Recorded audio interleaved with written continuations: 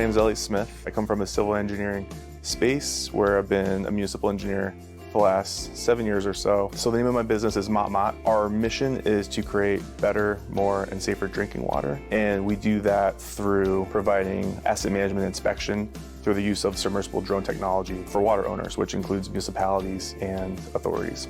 I was working with a lot of communities in Southeast Michigan. They have to assess their drinking water systems with incomplete data. There are tens of millions of dollars invested into assumptions that may not be accurate, and to me, that felt like we were throwing a lot of good money at potentially bad problems. Additionally, there's a lot of water main breaks. Each water main break mainly takes $10,000 to repair. We're able to put submersible drone technology into the pipes, assess the condition. Some pipes are as old as 1880s. A lot of municipalities don't know what they have. We're able to find gas bubbles. If there's any gas bubbles, it's a lot more prone to being corrosive.